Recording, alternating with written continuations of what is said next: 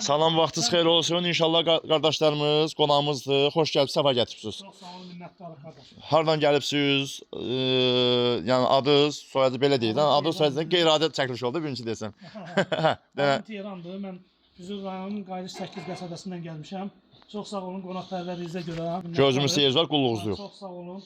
Bugün də gəlmişik, biz də eşidib gəlmişik. İndi inşallah işlədərik. İnşallah. Minnətdarlığımızı da sizə bildirərik. Təşəkkür oldu. Buyurun da qoşun, biz də baxaq. Sağ ol. Aparıq 8 saylı qəsəbəyə.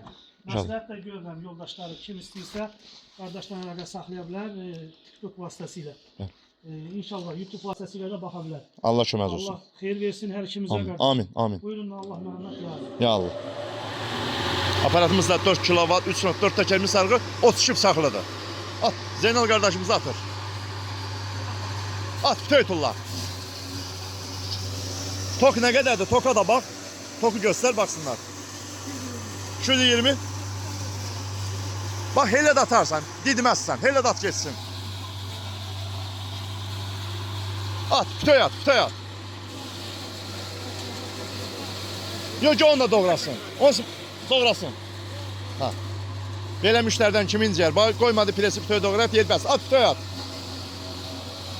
Motor canavardır, bax. Nətər doğrar, qardaş? Allah.